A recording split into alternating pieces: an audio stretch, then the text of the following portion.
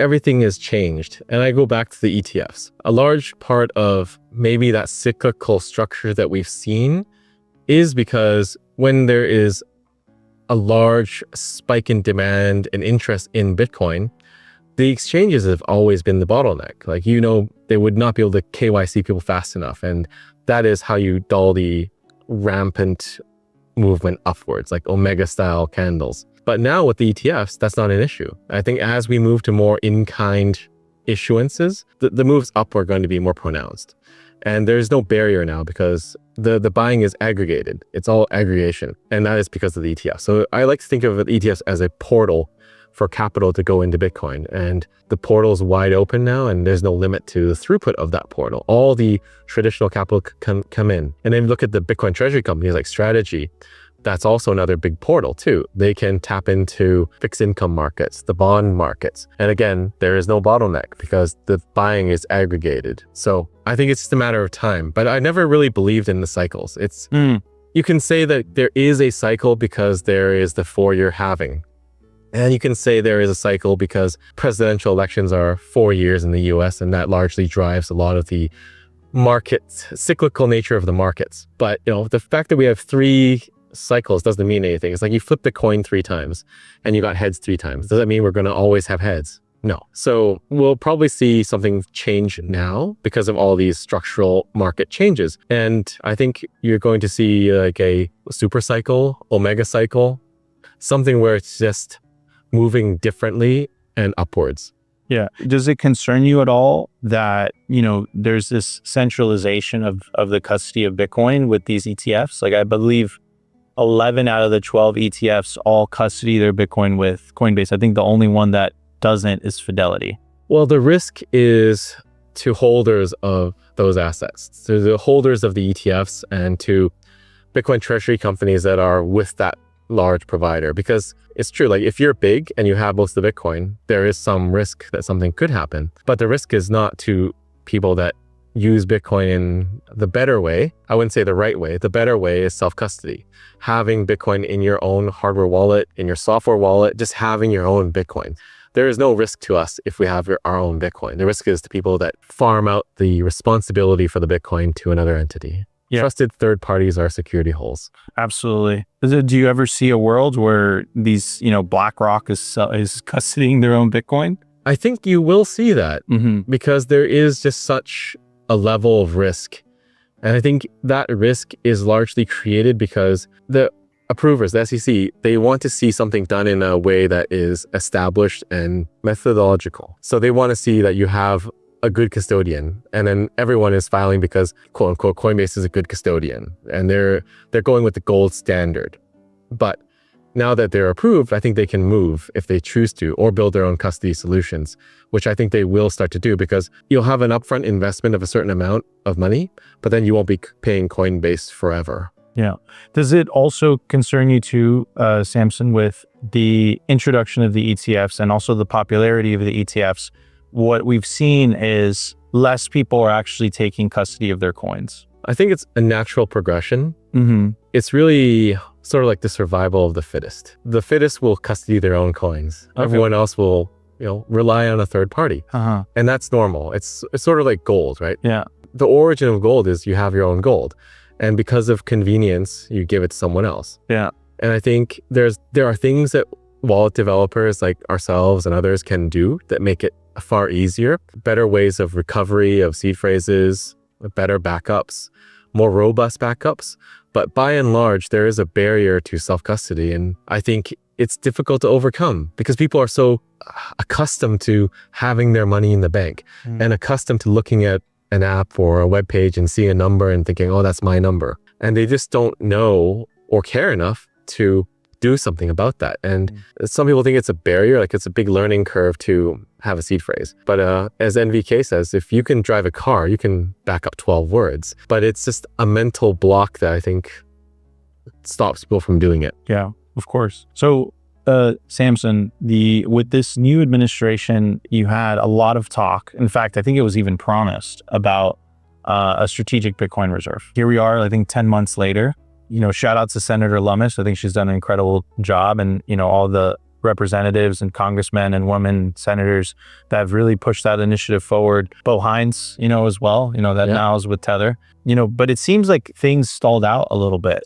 I don't know if you have more information regarding that. And is it even a good idea for countries to have a strategic Bitcoin reserve from the perspective of individuals? Well, it's a double-edged sword. So the US has an SPR now, and they added to it from seizure. Yeah. And I think they did. It was like a lot of Bitcoin. $14 billion of Bitcoin. And that could be a dangerous thing. Like if you cannot pass legislation like Cynthia Lummis's Bitcoin Act to accumulate in a non-budget neutral way. Well, technically it was a non-budget. Yeah, but right? Seizures are non-budget neutral. Seizures are budget neutral, right? They didn't spend money on that. Yeah. And if they can only accumulate through seizures, then the motivation is to accumulate by seizing people's Bitcoin, which is not ideal. But I think Bitcoin is less prone to seizure than, say, gold or anything physical. But of course, we have big pots of Bitcoin with the custodians. But I think the goal should be that they accumulate through the Bitcoin Act in a non-budget neutral manner. And I think the slowdown really is just it takes time and the government shutdown as well, probably. But I think it will move forward because it's a necessity. If you look at the overall landscape, like why is the US so bullish on Bitcoin and unfortunately crypto and digital assets? I think it's a necessity. They need it because no one is buying treasuries anymore. The world is moving away from the dollar or trying to move away from the dollar, BRICS countries especially, and there just are no more buyers. And the traditional buyers are also having economic woes back home, right? So they need to have stablecoin issuers like Tether, that I think Tether is the 18th largest buyer if they were a country, to shore up demand. And I think $38 trillion in debt is not something that they can ignore for much longer. So they do need to build a Bitcoin reserve, a sizable one, to mitigate that debt, because people are kind of used to the number now, but 38 trillion is a crazy big number and you're pretty bankrupt. And, who wants to own more of your debt? I don't think it's possible to keep continuing it on that track, but also just compounding of the interest is going to be ridiculous too. So something has to be done. And I think they realize the solution is Bitcoin. The alternative to fixing it is a debt jubilee, a reset, a great fiat reset. You could also have a rebasing to Bitcoin. You say the debt is redeemable for sats. But before you do that, you should have a nice big chunk of Bitcoin in your reserves. But it's difficult to say. I don't really know what's going to happen. Like, the fiat experiment has gone wildly out of control. And I think you could say the nature of democracy contributes to that, right? Like the nature of democracy is people get free stuff. And then they vote. And now it's the case in Canada. Like, why are the Liberals still in power? Because a lot of the older generation that get a lot of free things kept them in power. So it's sort of a question. We're at a crossroads right now. Where do we go? And it's hard to say. We can go on to a Bitcoin standard and I think repair a lot of that damage, or things get dark and the government needs to feed itself. They need money and they're going to get money by any means possible. Now, there's an opportunity there too, which is you can wean them off the money printing by getting them to mine Bitcoin. And we have a really good example of that today, which is Bhutan. They have over $1 billion of Bitcoin. They're building a new airport from their Bitcoin holdings. And they've shown that stranded energy, excess energy, converts to money. These are things that I've been saying for years, and now there's a very pertinent, very tangible example of it. And we were in Paraguay. We did a presentation and we met with the government there. Hopefully they could do something. We ran a calculation. Every year they're just running off 1,200 to 1,400 Bitcoin. Yeah, the Itapu Dam. Yeah. Biggest dam in the world. But it's the same for Canada. There's a massive amount of hydropower that's just run off or sold at a deep discount to the US. But many countries have excess or untapped energy and they could easily tap that, just as Middle Eastern countries tap the oil reserves and sell that. Now you can turn water into money. We had a fantastic interview on a volcano earlier this year. Yes, we did. And here we are, I think it's like 9 months later. And this is the year after the halving. Historically, price tends to run up and Bitcoin's become like a stable coin. The volatility is really, decreased tremendously. What's the deal with that? I think If you're talking about $1 million Omega candles. it's all happening. It's just a matter of time. I think there are a number of things happening. Maybe it's the shakeout recently. We dropped 20K. Yeah. And that's kind we got the major candle just in the wrong direction. But you can see like the volatility has declined a lot. Like I think that was the largest flush ever of liquidations. That largest flush ever of liquidations. And all we did was drop 20. Altcoins dropped to, down to the 90%. Depths of hell. Yeah.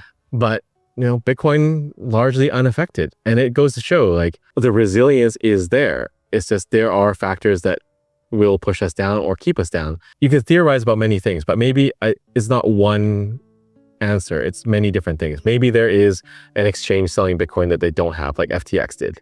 Maybe it is some paper Bitcoin. Maybe it's whales rotating. Maybe it's people moving into ETFs. I don't know.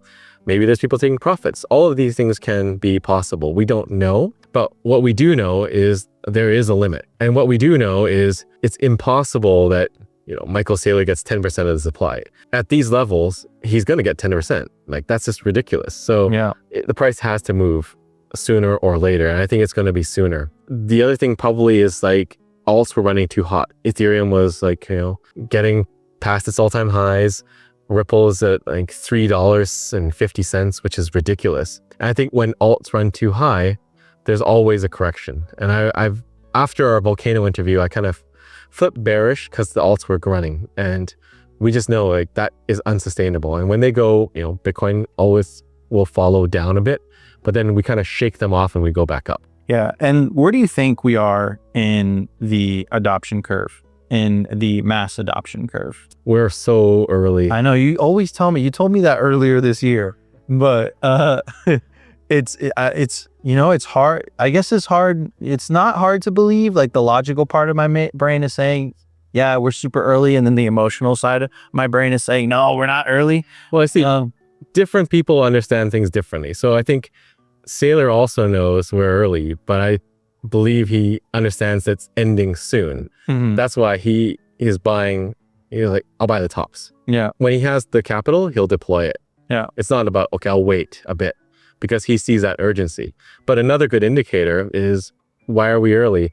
Because we have DATs or digital asset treasury companies that are buying Ethereum. Like, why would any rational person or investment committee authorize something like that, where you're buying something that has 70% pre-mine, is largely controlled by the guys that launched the ICO, and one of the DATs is owned by one of the guys that launched the token. It's a sign that we are really early.